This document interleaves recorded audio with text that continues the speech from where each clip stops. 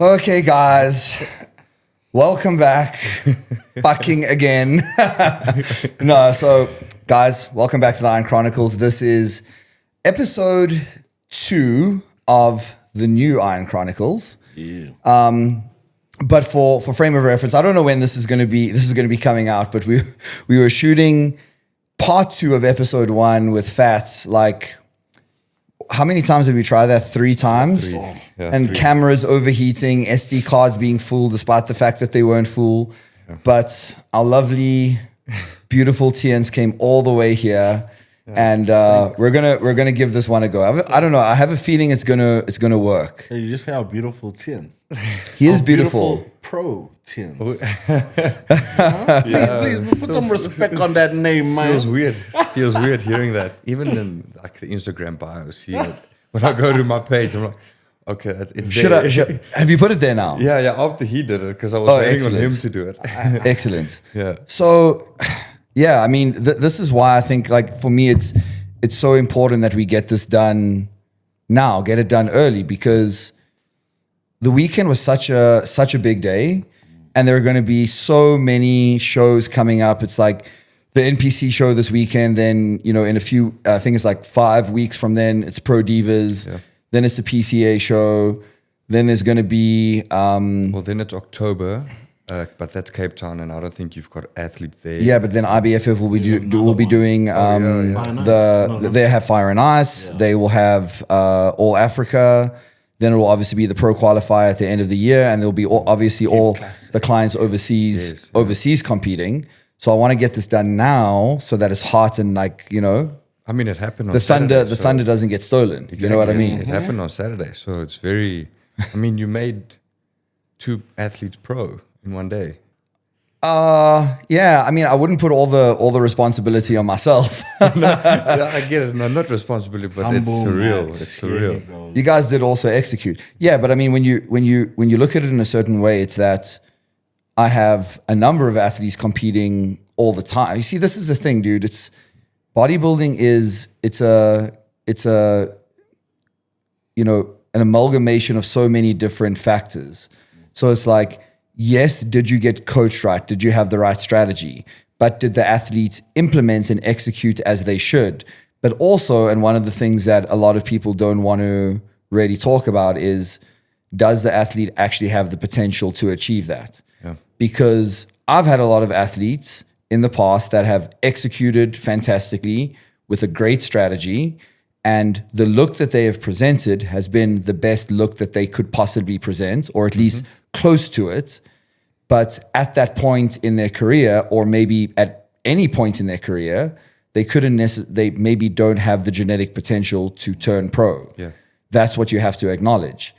And I think that's why, to a certain extent, both of your stories, but specifically yours, is probably so special and so profound, because I didn't know that you necessarily had that potential 8-9 months ago. Yeah. No, we didn't. I mean, when we had our consultation, you wanted me to be an open bodybuilder. Yeah. Understand, right? Like, because I also didn't. I had an idea that maybe I could have the structure, but I trained like a powerlifter. Yeah. So basically, you looked like it. Yeah, I was built like a brick. I was built like a rugby player, or see those legs, bro. Typical Afrikaans boy. So that's how I was built, and that's kind of the training method that I had. But after a year, I mean, they've all seen my year transformation with you. Yeah. So I mean, the proof is there. The evidence is there. So well, I mean, what's remarkable is exactly what you said. Like, when I initially saw you, I was like, well, what I do know about this guy is that he's probably going to have the capacity to put on a lot of muscle, but the whole concept of being a classic physique athlete, that is very reliant on your structure. Yeah. And I don't think he has the structure for that, because those first pictures that you sent me, which weren't, they were post-show, within reason. Yeah, they were 4 or 5 weeks post-show. 4 or 5 weeks post-show. Yeah. That initial picture was like, okay, cool. This guy clearly has the ability to add size, but I'm not sure about the structure. Yeah. And the crazy thing about your process was, because you and Phet were in your respective improvement seasons around about the same period of time, where with him it was, and I think a lot of you guys, and correct me if I'm wrong, were using his as kind of like a benchmark of what you should see happen. Oh yes, yeah. Because obviously the change that we saw in him was so profound, from you kind of, no offense, but looking like a little child to looking 74 kilograms on stage is a little child. Yeah, man. But not only the weight, but also like your face and just you know, everything. I think you guys were using that as a benchmark, which is why your improvement phase, I think, surprised me. I think maybe at times it concerned you, because your weight wasn't going up for a long time. No, it wasn't. As we pushed food, you were just getting leaner and leaner and leaner and leaner. And I think you at times maybe interpreted that as, this means that I'm not building muscle. That's definitely what I thought at the time. How many calories were you, like 5,000 calories? No, close to 6,000 calories. At one point we had 1,000 grams of carbs in, and like you said, my body composition didn't react the way that you thought it would. I got leaner, and I actually the structure and the shape came through on those macros. Yeah. And training was phenomenal. But yeah, you're right. We did use, by we I mean, I think myself, Wendy, and Velsh did use Phet as a benchmark, because we saw the 2-year transformation, or the 1.5-year transformation, and we wanted that. Oh, he's gained 20 kilograms. So that's what should happen with me. And also he's a bit older than all of us, so we kind of see him as the big brother as well. He's a little bit older. Well, you're 7 years older than me. Motherfucker, if you see him as a big brother, what do you see me as? Oh, my dad, grandfather. Jesus. So I mean, it was my first proper off season. Prior to that, I would do my own off seasons and then just get a coach for prep. But it would always be 4 months, and I thought I was eating a lot. Looking back, I probably ate like 3,000 calories. Yeah. Everyone thinks they're eating a lot until they get a plan where it says, until you get a coach that puts you on 1,000 grams of carbs, and then you know what eating a lot is. Yeah, bro. Where to the point where you struggle to get the food in, and you need to rely on smaller things like sweets and dates and all those kind of things to get in those macros at the end of the day. Otherwise, you don't want to go to bed with 500 plus calories to go. Yeah. Then you're not going to sleep well, and then your GI and all those kind of things. So definitely very excited for the road ahead after that first off season. But it was such a great off season that can teach so many other athletes a very important lesson. Now, remember that context is so important. Phet had already been working with me for a substantial period of time. So to a certain degree, he had already been existing in a space where what he was doing was reasonably optimal. And then, of course, he transitioned from natural to enhanced. You guys were already enhanced. Yeah. So you didn't have that variable to throw into the equation where you see this profound weight gain. But very clearly, what you had been doing had not been optimal.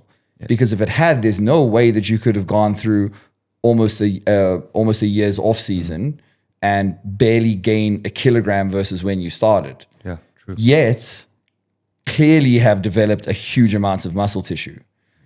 Which, if you remember, I kept saying over his off season, don't use the number on the scale as a reflection of how much progress you're making. Use your training performance and your ability to progress in your lifts. If that is moving in the right direction, and we know that we have the adequate amount of food and the substrate availability, if you're progressing in the gym, you are building muscle. True. But you're only going to really see it the next time that you're lean. Yeah. I feel my lack of experience in this industry and with not the best coaches prior to you kind of came into that, and the confidence in myself as well. The reason why I say that, because I can honestly say I probably could have executed that off season with you last year a bit better on all fronts. I mean, you can always execute better. You can always. But compare that off season to previous off seasons and other preps or other coaches that I worked with, it's day and night difference. The professionalism and the level of detail that you give your athletes and that we want to give in return, I feel came through very strongly from my side. But also, I believe that just, how can I explain this?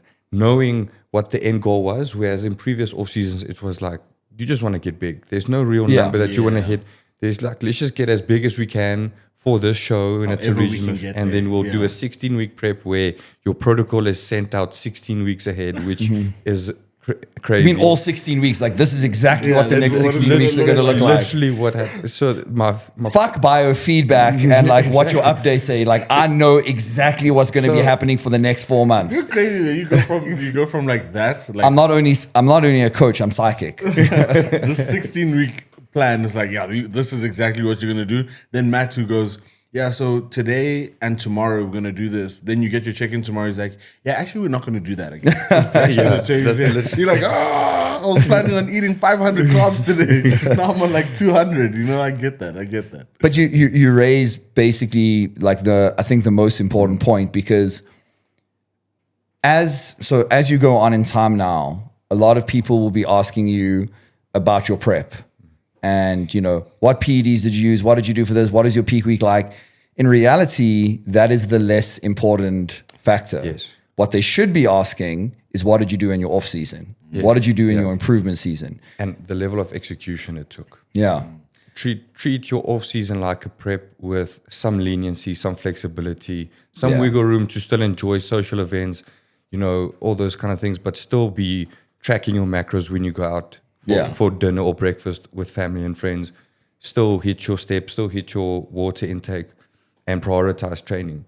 I remember Matt telling me, because at the start of my improvement season, bear in mind, like we said, I looked like a baby at the end of my last. You look like you swallowed pets. I had my wife always teases me. I had like a bobble head and everything, and even the glasses that I wore that prep don't fit me right now. So a lot of your skull grew, bro. Brother. Yeah, I'm not big-headed though, I promise.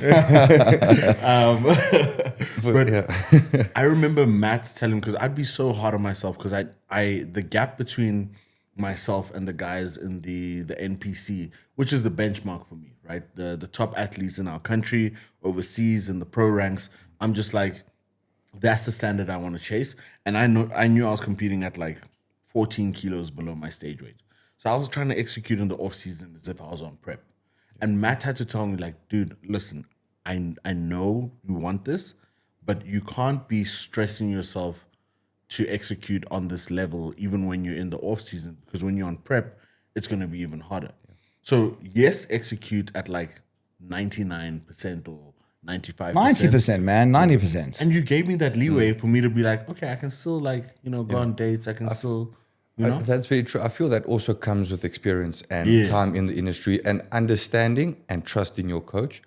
So I would say that taking the information that I have or the experience that I have in this previous off season and now during this prep, I think we did about an 18-week prep now.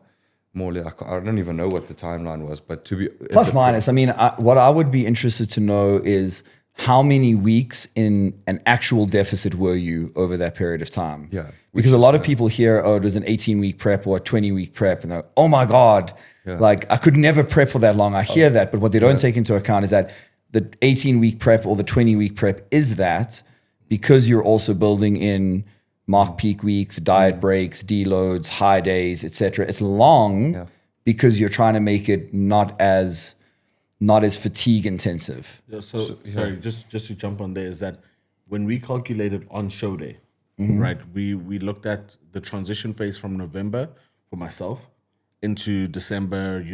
December, everyone takes a bit of a break, take it easy and get ready for the new season. But when we kicked off from Jan to show day, it was 15 weeks and some change. So prep was only like 15 weeks. And in the beginning, the first 5 weeks... It was cruising. It felt like that perfect spot where it's not enough, it's not too much food, it's not too little food. Yeah. And you're seeing changes happen weekly. Exactly. But can I reveal my trick? Please, no, I don't think you should though. No. It was just a mental trick that I used with you two. Essentially, the prep was a lot longer, except I told you that we were going into a pre-prep phase. Yeah. And I said, this is just to prime your body so that you're responding efficiently at the start of prep. But essentially, we were just in prep for a longer period of time. It was just easy for you because, first of all, we had that Cape Town trip coming up, which broke that up into two different pieces. Yeah. And also because you don't think, oh, well, I am in prep right now. You're not really mentally taking it as seriously. You're just hitting your macros and, the weight is coming off easily. Yeah. So I think between the start of that pre-prep phase to when we actually started prep, you guys already gotten substantially leaner. Yeah. I mean, I started to give some content. I started my previous prep, I think at 102. Mm-hmm. I started this prep, or official prep, not pre-prep, I think at 98, 97. Mm-hmm. Got all the way down to a low of 89. And then show day stuff happened. And I think we stepped on stage at around 93.8. Plus minus there. Somewhere around there. But that pre-prep phase that I was going to go into, that is something that I've never done prior to this prep. I've only done 2. But I didn't think that was something that actually exists. I thought, you've got your off season from this start date to that end date, and then your prep starts from this day to this day. And so. But for me, it was such a pleasure because my weight reached 101, 102, 103, like somewhere there, right? I was suffering.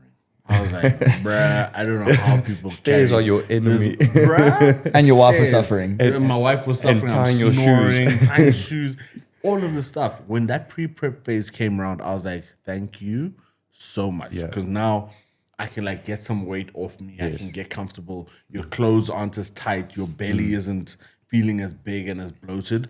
And I'm someone who prefers look, not the 130 grams of carbs that we're currently hitting, but I prefer you like to be comfortable. Yeah, you like to be comfortable. Yeah.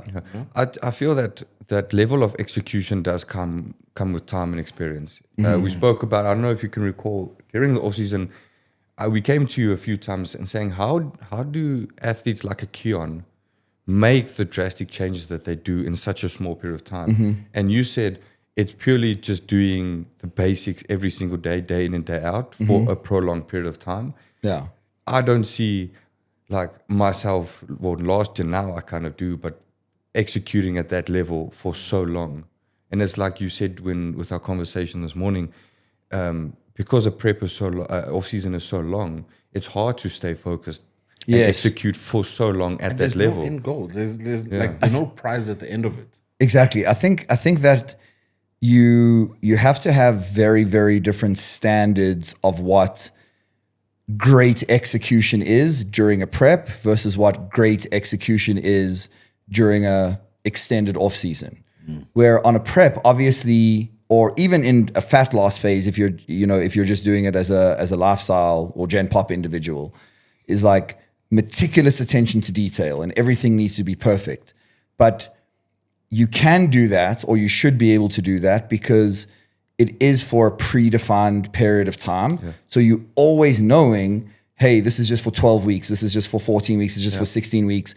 I can get through it. Mentally and I can get through that. And I can get through it faster and more efficiently if I'm just executing everything perfectly. But an off season can be very much open-ended. It can just be well, let's just make as many improvements as we possibly can until you're in a position to be competitive at this level or that level or whatever the case is.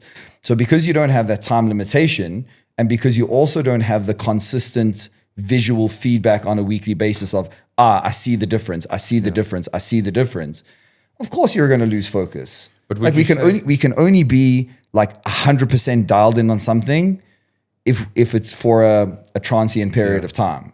What would you say you should focus on then during an off season for people watching and listening, when you don't see those weekly changes and you know, like you mentioned for prep, it's 14 weeks, you're going to start seeing changes eventually, and that kind of just encourages you.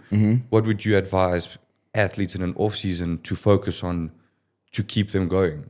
I would say training is for me. If my training goes up and I go and I can lift heavy shit, that's it. With better form and all that. So that is a much better proxy for hypertrophy than your weight going up on the scale. Yeah. And obviously, we don't mean, just putting weight on the bar and it's slanging and banging the weight. And, those aren't the principles that we use. Use the same techniques throughout your entire improvement season. Obviously, I don't lean towards, the nerdy side, the science-based training and the Dorian Yates style training or the Branch Warren style training all in one. I'm somewhere in the middle. Yeah. I'm like, I've got certain movements where I want to rock that weight and I want to feel like I'm lifting heavy shit. Yeah. And then I've got movements where I'm just like, I want to control this. I want to make sure the squeeze is tight. I want to make sure it's tight. Like, French cuisine. I want to make sure it's nice. And then sometimes I just want to order.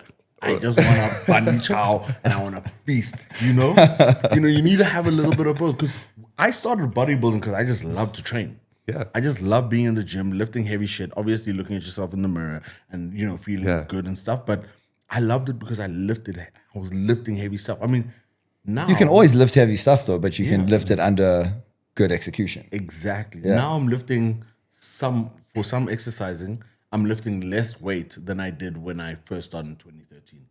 But you're doing it properly. Exactly. Yeah. I do feel there must be a balance. Like some days you just want to go in and Tear it up. tear it up. Be a bull. But not every day is a day to do that. You know, some days you just want to let off some steam and don't think about, and is this contracting the way it should? Is my elbow doing that? You just lift some heavy shit. Yeah. But I also think that if you focus on technique and execution for a reasonable period of time, then it becomes second nature. Yeah. So you might think you're going into the gym and just throwing some weight around, but if you have the experience of how to do it properly, you're probably applying that anyway without even thinking about it. On Bro Chat, they were speaking about skill level and being able to execute. Like someone who has perfected the squat can get into a squat and move it seamlessly, look like they're just moving up and down and gliding up and down, when in fact they're able to recruit those muscle fibers perfectly as they do that. And if you were to do it at their tempo, the way they're doing it, you won't recruit it the same way. So exactly what you said.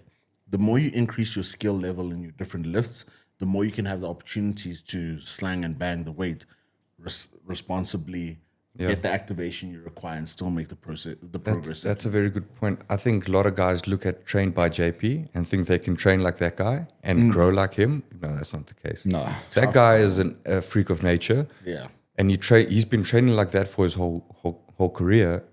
I can promise you, guys that try and train like that, their nutrition is not on the same level as JP's. Probably why they're not recovering the way that he is or anything like that. Yeah. So I wouldn't want to train like And that. the skill That's level. crazy training. But also, somebody like that has trained and learnt how to execute perfectly before the point that they're throwing around that kind of weight. Yeah. You know what I mean? Yeah. They didn't just walk into It doesn't the just gym. that doesn't just happen overnight. no, you that's know? true. As a quick aside, which I think is related though, how often? Because I mean, we've been working together just over a year now. For us, how long has it been? Not long. Well, Pet said what 90 something weeks now. Yeah, no. He needs a new that's check-in since- sheet. Since we've been using the check-in sheet. I was with Matt before Yeah. check-in sheets, before the online stuff. Yeah. You know? So anyway, over our period of time working together, how often have I changed your programming in terms of training? The only time you changed mine was during prep, and it was only the last 4 weeks where you implemented an extra leg day. Other than that, you didn't change. You never touched my training plan. Yeah. So that is a very, very important point to note, because Pet was speaking about skill acquisition. Okay. So when you're asking me, when are we doing not you, I'm just saying clients in general, when are we putting in a new training plan? When are we putting in a new training plan? If you're asking me that out of boredom and you can acknowledge, I just want something different because I'm bored, cool, have at it. We can change your training program if you want. But if you want to optimize your results like pro athletes do, stick to the same training program for as long as you can. Because if you're advanced enough and it is developed to improve an area of weakness, that is not going to happen in 2 months or 3 months or 6 months.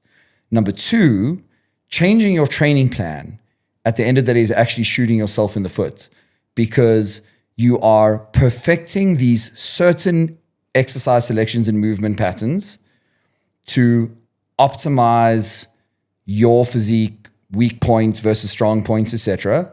Then you start an entirely new macro cycle, and now you're just simply learning to execute these new movement patterns optimally before you can actually start accruing new tissues. Yes. So if you're seeing improvements across most of your primary lifts on a regular basis, and you change your training plan, you are literally diminishing the amount of progress you can make substantially. Yeah. I think a great example of that is the first one, as you were talking, the first person that popped into my head was Dorian Yates. Yeah. He, for example, I know this for a fact that he did the same 5 back exercises throughout his whole career. Worked for him. And look, he's probably got one of the best backs in bodybuilding history, first mass monster, all that. So very true what you're saying is that. I also sometimes think that people think that there's like a secret exercise for this or a secret exercise to that you're not telling them about. In reality, there are only so many exercises, and all like the new fancy equipment is just a variant on that base movement pattern. Yes, that compound movement. Yeah. Understanding how that changes. So being able to say, okay, we were doing this exercise that moves me along this plane, right? Being able to adjust and be like, I'm bored, but I'll just change the equipment so that I'm using a different piece of equipment that moves me in the same plane so that I can still recruit the muscle fibers that I'm trying to build. Yeah. 100%. If you're doing a chest supported T-bar row, and then you're like, oh, well, I've been doing that for the last 12 weeks. Let's change it up to like a, plate loaded horizontal upper back row. Same thing is going to be doing the same thing, but it's a different piece of equipment. Yeah. Fine, cool. Go ahead and do that. But only do that when you stop progressing in that original movement. Yes. Yeah, I think me and Nicola had a conversation about this yesterday, and I hope my English doesn't let me down. Let me top up your data Please. bundles there. So we were talking about this level of execution that pros have and that amateurs have, both with training and dieting. And we spoke about Keon, because who doesn't love Keon, right? And we saw his transformation, and even Chris and those guys. Why do pros execute the level that they do, right, when they're already at the pinnacle of the sport, but amateurs don't execute on the level of pros, but wonder why they're not at getting the results? It's the post that I think you or you posted about the guy that's part of Team Pro coach or Callum, that said, and then you wonder why the road to pro or road to OO isn't happening because your physique isn't changing the way you think it's because you're not executing. I know what you're saying, but I think you're wrong. Okay. I'm going to be honest with you. I think that you're wrong, because I firsthand know of multiple pro level athletes, even those at not just pro level athletes, but pro level athletes at a very, very high level that execute like absolute trash. But still, which is why the narrative. Like as coaches, we have to be telling people all the time: do not use that guy as your frame of reference of how to train or how to perform this movement or how to eat or whatever the case is. Because listen, if you're a pro in any federation, you actually said this to me the other day. If you're a pro in any federation, you are at least above average genetic capabilities. Okay, at the very least. If you're a top level pro in one of the bigger federations in the world, you are a genetic outlier, almost certainly. Yeah. Now, some of them, when they get to the really, really high level, are genetic outliers that also have a very profound level of work ethic and implementation and stuff like that.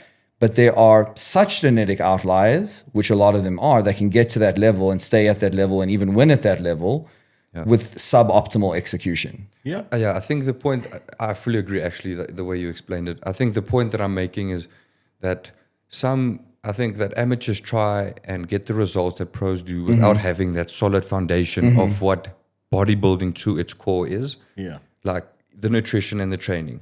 Not even supplementation or PEDs, just those two, the basic aspects. And then it's like, well, you guys that are coaches, you probably get clients that wonder why they don't get results. But then you look at the sheet and it's all over the place, and they're like, I don't know why I'm not getting results. You see now you're speaking my language, because if you remove the term like amateur and pro and you just say person, you're gonna get people that are like, hey, no matter how good I might be, no matter what the results I get, I take pride and joy out of executing the plan to perfection. I don't like the feeling, if I say I'm prepping for this show and I'm going to get on stage and I'm going to bring, the best that I possibly can, well then guess what? Do it, or else you're actually dishonoring yourself. You've said you're going to do something, but you're half-assing it. And every time you do that, you break a level of trust and belief that you have in yourself. And then it just becomes easier and easier and easier to do it again and again and again, to the point where, you know what, you might as well just not do it. You're spinning your wheels. What you want is to say that you're a bodybuilder, but you don't actually want to be a bodybuilder. You just like the concept of it. Yes, the views that it will bring to your channel or to you, or bring it up in a conversation. Like, why are you built? I'm a bodybuilder. Yeah. But you don't live the lifestyle of a bodybuilder. It's like that post is, if you're in an off season, you need to live at least 70 to 90% of the bodybuilding lifestyle. Because in prep, like you've mentioned, it's so restricted. It's so in a box for these X amount of weeks till show day. And even in your case, even longer for the rest of the year. But you've got the foundation of, I know I can execute. I can go out for dinner after the show for months on end, but track my macros, still hit all that. Bro, you know what I mean? This is my life. Can't be trusting that to somebody that doesn't even know how to diet properly. Bro, this is my life. And it's not my life because I'm forced to do it. This is my life because I want this. I used to get, so back when I was natural, right? I used to get so frustrated seeing guys who would go compete, do really well, and then after the competitive season, so this is what used to frustrate me when I was natural, right? You'd watch people who would not do any form of competition or off-season or live the bodybuilding lifestyle. They'd party, they'd do whatever, their physiques would go to hell, and then come 16 weeks out from a show, flattering them with 16 weeks out. But 12 weeks out from a show, they hop on a bunch of gear, they do extreme dieting, and then they do really well at the show. And oh no, I'm a bodybuilder and this all. I'm like, but you're not. You're not a bodybuilder. You did bodybuilding. Yes. I feel like there's a difference.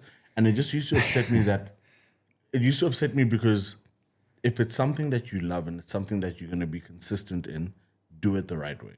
Yeah. Because unfortunately, PEDs gives people a cop-out to point at our sport or our pageant and say, all you need is this. When it's not the case. Yeah, it's definitely not the case. 2 years, 3 years working their socks off day in and out to reach new levels. And then you come and you diminish that hard work and effort just because you know where to prick yourself. Yeah. Well, in my opinion, this sport is that, or pageant, is that kind of that it with time, whether it takes 2 years, 3 years, or 10 years, it will filter out the real from the not real. Yes, 100%. And that's it raises the very interesting question of what defines a bodybuilder. Because I don't think that a bodybuilder is necessarily somebody who ultimately does it and then gets on stage. Because as you're saying, there are competitive bodybuilders that execute their plans like complete shit. And then I look at somebody like Phet, which, I'm glad that she decided to not compete because she doesn't have to, because she is already more of a bodybuilder than a lot of people that are competing, because she actually executes. Yeah, my wife too. Executes and the that's lifestyle. Yes, 100%. And she hates being called a bodybuilder, but it's TK. It's said with a good sentiment behind it. Okay, dude. But the point is that when you're a coach, you can only hold people to a standard that you hold yourself to. I'm glad you brought this topic. That you hold yourself to. And when I see people like TK and Phet who are not doing it for competition, yet they execute better than some people that are competing, it just shows like you shouldn't be in the sport. What are you there for? It's irritating to a degree because I take it personally. I don't know why, but I take it personally as you are disrespecting the sport. Yeah, you're not actually, but you know what I mean. It's like I love love this so much. I just get irritated with you not because I know how you train. I know what you actually eat. Yeah, and you think that 16 magical weeks makes you a bodybuilder. I think it's like when photographers see people buying the biggest, fanciest cameras and rigs, and they're like, "Yo, I'm a photographer now." It's like, just because you can buy the nice stuff doesn't mean you can do the stuff that takes, that makes you a proper photographer. Yeah. I think it's the subjectivity of it all that makes it, like, because we're on stage now, we're all in our trunks, now we all look the same. It's hard to tell who was doing the work and who wasn't, unless you're like completely out of shape or completely in shape. But like you said, and I really like the point that you made, is that the cream will always rise to the top. Yep. That's so damn true. The guys who are doing it day in and out, and I've always said myself, which is why I was happy to wait for as long as I did. The guys that I aspired to compete against, a lot of them aren't here anymore. A lot of them aren't competing anymore. Yeah. Be it for personal reasons, be it for injuries, be whatever, a lot of them aren't. So I think where the filter comes in is where life still happens to you or for you. It depends how you want to see it. But you still live the bodybuilding lifestyle. It's not like I can't do bodybuilding because my work is too busy. You know what I mean? So life doesn't just stop because you're in a prep. Yeah. It continues to happen. Yeah. Right? And that is where the difference will come into who actually genuinely loves the sport for what it brings and who just wants to get on stage to get a nice tan, maybe win a medal. Get a nice tan. And tell them I was on stage, I prepped. Some of us were born with nice tans. But like Chris Williamson says, and I think he got this quote from someone else, you don't rise to the level of your goals, you fall to the level of your standards or your processes. Yeah. And that's really what it is. Just if your standards are high and you're executing at that level day in and day out, there's nothing to worry about. When no one's watching. Yeah, when no one's watching. Yeah. I could care less about trophies, the glitz and the glam. Yeah. Knowing that this is what I do and I do it at a high level, when people look at me, they'll be like, Phet is that guy. When he does this stuff, you don't mess here. You don't play here. These are non-negotiables. Yeah, these are my non-negotiables. Yeah, in life there are non-negotiables and negotiables, whatever. And that's why when I transitioned from cricket to bodybuilding, it's because it's so in my control.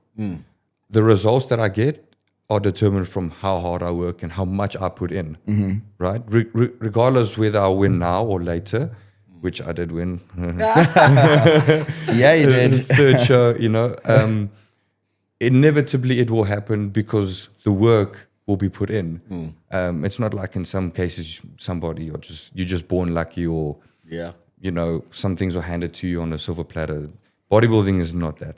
No. Yeah. So talk us actually. I actually want to start with you because, in a way, like I can't even decide when I think about it because it's like two people that are so close to me. I love you guys both so much. Like both of you winning your pro cards on the same day is amazing, but there's no feeling of this one was more rewarding or that one was more rewarding because they were completely rewarding for entirely different reasons. But I want to hear from you first in terms of, your journey, very different to T's in the sense that you've competed more time, you've spent more time in the sport, and obviously there's a certain sense of reward from kind of almost like the redemption story, So kind of talk us through, I guess, what this prep so far has meant to you and what winning that show in bodybuilding, might I add. Yeah. In open bodybuilding, turning pro in open bodybuilding, what that means to you, the significance that it holds. Put breath in your voice when you talk about that. No, but like, it's so funny. I was telling TK that it's crazy to have won in every division that I've done. Like that for me is mind blowing. But really, this I can't even say it's been about the prep. To be honest with you, it's been about that conversation that we had at Mike's Kitchen. It started off as I got off the stage at the Arnold Classic 2 years ago, almost to the day. Feeling the disappointment of meeting the criteria that was put out to turn pro, watching other people walk into the tent turning pro, hearing that people have been called back the next day to fetch pro cards for the same reasons that I should have been called back. Yeah. And then not getting that opportunity, right? And then having the conversation with you at Mike's Kitchen and saying, what do you want to do, coach? Like, not as my friend, not as someone who's seen me compete, not as someone in the game. Coach, what do you want me to do? I know what I'm capable of. You know the standards that I set for myself. What do you want me to do? He said, bro, I know you want to do provincials. I know you want to do essays. I know you want to do worlds. Shut it down. Go into the off season for as long as it takes for you to reach the level that you want to reach and execute like you want this thing, the way I know you can, and let's see what you can do. That's a big level of trust. Bro, And just to add on to that, Matt, I don't think you will ever understand the amount of trust that we have in you, not just in bodybuilding. I mean, bodybuilding will come and go, but when we're all done, said and done, it's still going to be there. Yeah. Because I love the saying, trust leaves in the car, but arrives on foot. But for me, from day one, when I met Matt and when Matt decided, he wants to coach me. I mean, when I slid into your DMs. Slid into my DMs. I'll never forget that day. The first and only time I've done that ever. Taking my phone, flinging it as I was about to go shower. Like, babe, he said he wants to coach me. That's such a cool story. I don't know that story. Yeah, dude. It was literally, so I was chatting to Matt. He was asking how my off season was going. Obviously, I digress, but asking me how my off season was going. It wasn't going well because, my coach at that point had disappeared on me. I was checking in, week out. It was like, wow, okay, 3 months into my off season, what would have been my off season. And I was just like, I'm just doing what I think I should be. So you checked in week week out with no reply for months. Reply. Wow. Yeah. Okay. Because I love bodybuilding. Regardless of what was happening, I want to be a bodybuilder. So Matt was asking me genuinely, just out of curiosity, how everything's going. And I told him, and then he offered, and I said, man, I know what this guy can do. I'm taking the opportunity. And we met up like 2 days later or whatever the case may be. Plan was that in famous place. Consultation. Yeah, bro. The interesting thing is that the decision to do that and then taking Pet on and coaching him and becoming such close friends, I think kind of set the archetype for what I wanted to do with the local team. Because looking back, and you'll remember this, like I originally said, I'm not gonna coach local people because it's an American company, we charge in dollars, it's expensive, whatever. But taking Pet on was like, okay, well, this can work if it's, yes, good athletes ish, but more really good people that are going to be contributing to my life in ways over and above like paying me a certain fee. If I can be helping with somebody on their journey that's so important to them and be at least a piece in that puzzle that allows them to achieve it, but they're great human beings, then that's so worth it. Because you can turn an athlete pro, but if you don't have that connection with them, chemistry, it's nice, but it's not sensational. Yeah. You know what I Crying mean? Backstage That's- together. yeah, all that's- of us. Exactly. That's why this will always extend outside of just lifting heavy weights and eating a bunch of chicken and rice. It will always extend far beyond that. Yeah. For me. Yeah. Absolutely. So just going back to like what this prep meant, right? So for me, it was the culmination of all the work that happened when we got off stage, feeling that disappointment. I had a chip on my shoulder. Of course, yeah. I'm highly competitive. So I looked at my peers. I was like, dude, you're 29. Your 1D here is weighing 10, 15 kilos more than you. As a junior. people. And I remember doing posing just after with 1D, just before or just after the pro Q, and I was like, shit, we got work to do, bro. Like this guy and 1D and I compete hard. Like we both have that competitive edge to us where we just wanna stomp on our competition's necks and rip their heart out. Like that's how we compete. So being on the same team as someone like that, I was like, you are not going to outwork me. And setting up an environment where it was like, yes, you're my boys. I want everyone here to succeed. But at the same time, I'm not your friend when we have to compete. I can't even find the words because that's how raw it is for me. It's like when it's time for us to get down to business, I want to rip your fucking heart out and feed it to you, and I will calculate my macros on top of that. Like that's how bad I fucking want it. So throughout the year, throughout the really it was an 18-month off season, right, Matt? It was an 18-month off season, give or take. In those 18 months, I was constantly checking who's progressing, who's doing this, who's consistent, who do I want to set myself. Who do I want to set as a standard and benchmark myself against? And each time I did that, with no disrespect to anyone, I was just like, I see your standard, it's fine. I see your standard, it's fine. I see your standard. And I just wanted to find the next person, the next person, the next person. Because there's always someone who has something that the other person didn't have that you want to benchmark. And I'm not saying that I am the standard. What I'm saying is that I always wanted to find the person who had that little bit extra, so that I could take that component of their personality, their work ethic and everything, put it into what I do and try and elevate myself. So then when we got to prep, it was like, okay, we've reached this peak weight. And I was like, fuck, let's see what happens from here. And then when it was time to, transition down, get lean and everything, I was just like, I don't care what happens. I trust the process. I executed the way I was supposed to. Whatever happens at the end of it, I'm easy. I'm comfortable. But so when we reached the end of our off season, I'm sure that you, I don't want to say had the expectation, but you at least knew that there was a pretty fucking good chance that this would be the outcome from the show, right? Only on the day. I have only on the day because of what happened, right? The last time out, I have no nothing is owed to me. I hear a lot of people saying like, I want to get my pro card.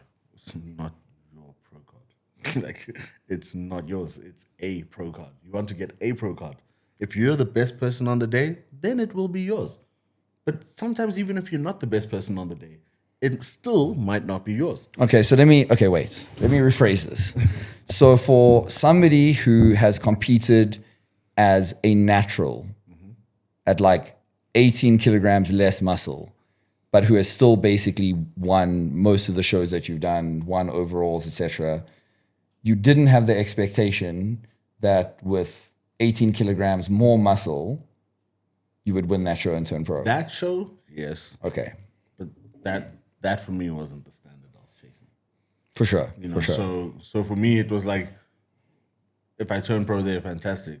But if I don't look the way the pros I aspire to compete against one day look, then what's the point? I've won shows against guys where, with all due respect, I was just like, I kind of expected to win. I want to go into competitions and feel the way I felt at Worlds. Yeah. Where I got backstage and I was like, I'm in the wrong. Like the way Ronnie says it in one of those motivational videos. He's like, I'm in the wrong league. These guys are cut and ripped and shredded, and I just got my little cuts on, and that's it. That's competing with the best of the best is where it's at, man. Even if you get your ass handed to you, like this is what it's about. I love that shit. So for me, it was just like, you want to go into the show? I'm gonna handle business. That's why I was so calm the day of. Like, we're gonna go into the show. We're gonna handle business. I'm gonna put my best package on stage, but where my standards are, I know there's a level that we're going to get to that's going to be crazy. Yeah. But at the end of the day, your intention was to win that show. My intention is to win every show, Matt. Okay, so, but wait. So then let's kind of compare that to your headspace. As somebody who's a much younger individual, younger in terms of age, but younger in terms of experience in the sport, that came into this prep not having won anything before, what were your expectations? I wouldn't say I had any expectations. Purely because my lack of experience in the industry, my previous experiences with other coaches and preps in general. I didn't have good experiences about prep in general. My previous prep, I got sick at 4 weeks out, food poisoning, and then 3 weeks out, I had to do 3 hours of cardio on 1,400 calories, and it's like body not responding, but we're still pushing, and then you go on stage knowing you're not going to do well. All of that was for nothing in a way. That's where I felt. So I had no expectations, and then the week when peak week started, I said to Nicola, and I think I told you as well, my only goal for this weekend is to be as present in the moment as possible, regardless of what happens. I can walk away and go to Thundergun or whatever and be present in that moment. That will be a win for me.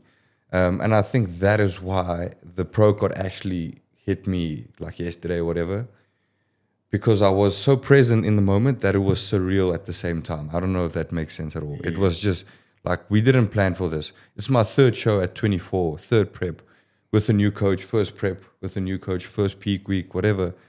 And this is the result. It's like the sky's the limit at this point, literally. It gave me that dose of belief. It's like, that trophy that we got, the overall trophy. Yeah. It's like someone there was like poured all this belief into that trophy and said, here, Theuns, drink. So to answer the question, I would say is that Phet had the previous evidence and results to back up what he is saying and the kind of athlete that he is. I didn't have that. Now I do have that to some degree. Now it's just about going all in on that and focusing all my energy on that, that I am a pro. It's not the end of the road. Say it again. I am a pro. Say it again. Look into the camera and say it again, man. I am a pro. Yeah, buddy. And it's about finally having the confidence in my own ability to do that. And I spoke to Fats before the podcast about this book, Confidence, The Confident Mind. And in the book, the guy it's a Dr. Nate something, can't remember his surname, he says confidence is when you can do something subconsciously without thinking about it. That is the true definition of confidence.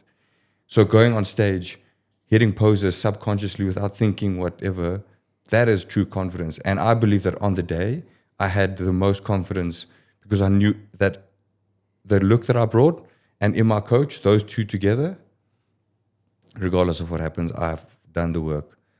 Tell us about your peak week, son. So peak week was a very, again, unexperienced and not knowing like what the process is. We did a front load. So the whole point of a front load, correct me if I'm wrong, Matt, is to spill over and then pull back and then you'll dry out with the fullness that you got. So I spilled over, which was the plan, but I was losing my mind. I was like, what the fuck is going on? I'm way more conditioned than this. What is going on? And then as you can, whenever you're ready, you can go. Told you so. So I think that a front load should theoretically be less risky because you're filling somebody out at the beginning of the week and then kind of just holding into the show. I think what happened is that, and obviously this was based on previous data with you and what your carb tolerability is that we fed you up pretty well on the Monday. You woke up on Tuesday, I believe, and you were actually a little bit tighter. And I think you had like your weight had like maintained or maybe even dropped a little bit. Just dropped slightly, and then you up the carbs. I upped it very minimally though. Yeah, like 50 grams. Yeah. And I personally think what happened is that you were holding on to baggage from previous experiences and you were worried and stressing about, I'm going to spill over. And that stress response created a scenario where it looked like you had, or you did spill over. And you were like literally overnight, substantially softer. You had lost a lot of your lines and definition and all that kind of stuff. And honestly, it obviously wasn't the optimal thing to happen, but at the same time, it was a front load, so we could do something about it. We could do something about it. So And then the Friday night stuff happened. which, Yeah. So then we got to Friday, and you were looking exceptional again. Yeah. You were looking better than you did on the front at the front end of the week. But you went to registrations, and then on Friday, what happened was you woke up in phenomenal shape, but you went to registration in the evening. I had taken your height in the morning to work out the weight cap, etc. And you were comfortably in the realm of you were under my weight. You were slightly under your weight cap. Then you went to registration in the evening. They measured your height below what it actually is, and then you were over your weight cap by 3 kgs. Yeah. So then we had to implement a very aggressive protocol to try and drop as much water and body weight as possible overnight. But when we got to registration in the morning, when I took your height, it was what it was the previous day when I took it, and all that the whole process was completely unnecessary. Yeah. But I think at the end of the day, I mean, in a sense, it would have been great if none of that had happened, but I think it made the end outcome so much more rewarding because you went through that struggle. Yeah. I couldn't agree more. When we drove back that Friday after registration, stressed, and I know Pet and TK saw it on my face, and I just said to Nicola, I'm going to fucking do this. I'm going to fucking do this. And I went into that, like, you're a very outgoing, competitive person. I'm a very more internal. I'm hella competitive, but I'm more like my actions and results will speak for me, right? Yeah. And I said to Nicola, like, I'm going to fucking do this. If there's one person I trust to do it, is Matt. And I know Matt would have said, listen, this is a bit of a stretch for this show. Let's not do it. But he was so calm. Get some magnesium, get some vitamin C, just don't eat or drink. I also had a pretty good inkling that either way, I mean, obviously I needed to do the stuff that we needed to do in case, but I was 95% sure that if we checked your height, you would come in. In any case, you would come in anyway. So at the end of the day, it makes for a cool fucking story. Yeah. That's what I like. I just remember seeing the look in your eyes when it was like, so what you want to do? And man was like, I'm doing it. Yeah. I'm going in. I'm going to fucking get this done. I said, ooh, Zaddy, go, boy. So man just went home and executed exactly, bro. And I think I don't think we've got enough time, but in a different episode, we should talk about, I would love to go into more detail about the different kind of competitors there are. Because you have yourself, and you have 1D, and you've got Velsh, and then you've got like, I'm just going to use the pros because it's like we all know them, but then you've got like your Phil Heath and your, who's another great example? My wife hates. Yeah, so you've got your Phil Heath, which is a very outgoing, dream killer mentality. And then you've got your Chris that's just there. But the moment he steps on stage, he owns his space and he has got that aura around him. So I definitely think I'm leaning more towards the quiet more. But the moment I'm on stage, the confidence just comes out. Yeah. I think what would be a really valuable follow-up episode to this is, which may be of more interest to like people that are really in the industry or in the sports, is going into details about what your individual preps look like and how like the whole like cookie cutter approach that you get oftentimes in this industry is just completely not applicable because your preps were entirely different. Yes. Just very, very different. Your peak weeks were entirely different. Our expectations. Your PED protocols were entirely different. Also, outside of that, how did our partners deal with it? The stress that they went through, because maybe that people can relate to that. Like how do I support somebody going through this period of time, especially during like 4 weeks out? We were fighting for our lives. We were fighting for our lives. And how do you not embrace and like allow the asshole bodybuilder narrative to consume you? Make an effort for the dates when you can. When you still have a little bit of calories. Do the pizza nights. Do the buy the flowers. Painting, buy the flowers. All of those little things, because your partners go through a lot. Yeah. On prep. I think there's, to be honest with you, I think there's so much that we could possibly speak about that I don't think this is necessarily going to be limited to like 1, 2, or 3 episodes, because I already would want to go into a lot more detail, because not only highlighting how different your processes were, but also highlighting I guess the fact that what we were saying earlier, to say you're a bodybuilder and to be a bodybuilder are very different things, because now people, I saw it because of course after the show you get an influx of, oh, how much do you charge for coaching? How much do you charge for coaching? So people see the glamour, Yes. and they see the excitement and the happiness. Oh my God, but they don't see the shitty moments. Yeah. They don't. I definitely agree. And I think I would like to kind of unpack my mental process, what I thought about from day one on prep till after show day. I would love to till hear a that. week after show day. Yeah. Handling and not struggling to accept that I am a pro and not patting myself on the back that I know I should, right? And I would like to just go into that side, and then from your side, which is the complete opposite. Yes. And there will be people that can relate to both sides, Yeah. and then there'll be some people in the middle. Well, the way that I would summarize it, or at least the way that I always had this in my head, the story that I had in my head during this whole prep is that I feel like Phet came into this as the guy that was a pro without a pro card. Very true. You came into this prep as a guy that was still trying to figure out, do I even have what it takes to ever get to that level? Yes, that is So very well put. so different, but equally rewarding. So let's wrap this one up. I'm going to ask you. I want you both to answer this because it felt very different to me, and it meant something very different to me to what I thought it would. Winning that pro card, what does that mean to you now? To me personally, if I had to probably sum it up in a few short words or a short sentence, I would say, that's actually, I don't know. I would say it means to me,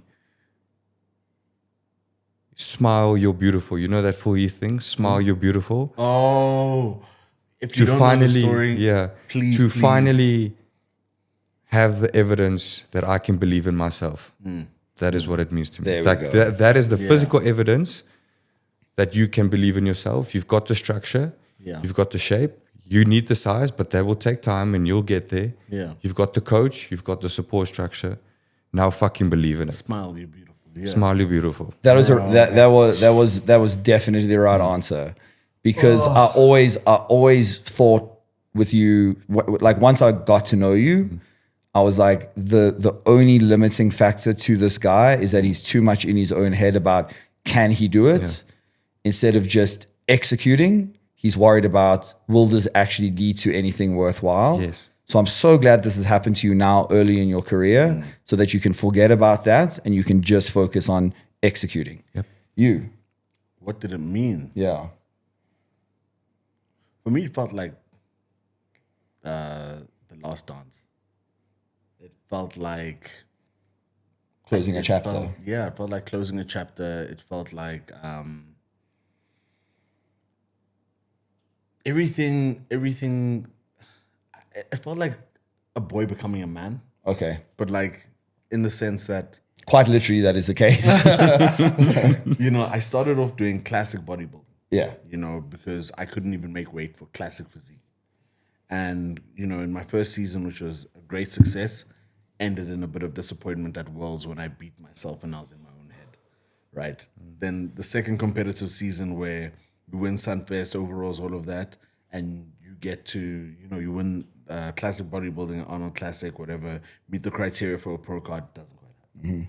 And then this time round, going into open bodybuilding, under 90 kilos, executing it, and then you get the prize at the end of it when you don't put much weight on whether or not it happens or not.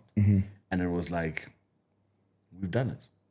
We've ticked all the boxes. You've achieved everything you want to do in this federation, and now it's time to chase the big dogs. Time to dance with the big dogs. See what I can do, because like I said to you earlier on, it's like I wanna be with the best of the best and see where I hang. If I'm not good enough, then let's figure it out. If I'm good enough, let's see as well. It's only one way to figure out. There's only one way to find out. You'll find it out. So this, I'm sure. this was definitely that. This was that boy becoming a man and just being able to close that chapter. two great answers, two completely different answers, two completely different preps, two amazing preps for completely different reasons. So I think, yeah, we'll get into a lot more logistics and details in later episodes. But one brilliant coach. Yeah. A coach is only as good as their athletes, man. Amen. A coach is only as good as their athletes. I'll tell you that for damn sure. But thanks, guys. That was honestly one of the real like core memories of my coaching career. I'll never forget it. I'm so glad that you guys did that show together, and I'm so glad the end result was what it was. It was absolutely incredible, and just to celebrate with you guys and share that moment with you and sob backstage, Crying, a lot of crying. So much crying, bro. I'm sure we're Lena just so from happy, crying. so happy, very happy tears. Yeah. We should have just like made you cry the night before to drop all that water. Yeah. we should have that your intro. Anyway, guys, absolutely awesome episode. Thanks for joining us, brother. But you're going to be a regular fixture on here for sure. Thank you so much, and truly thank you for having me on. And you know, it's my first podcast, and to be on the Iron Chronicles, man, what a way to start As a pro. as a pro. And let me just say, Pros. my man has his own YouTube channel, The Bull Ring. I'm going to link that down below. Yeah. Watch it and watch this guy grow. Watch this guy grow. He's 24 years old, already a pro athlete. The sky's the limit. And let me just say, if you are a beginner in the sport, if you're a youngster in the sport and you want an archetype of this is how you should conduct yourself, this is what it takes to be a high-level athlete, watch these two. Thank you, Matt. Thanks, guys. Till next time.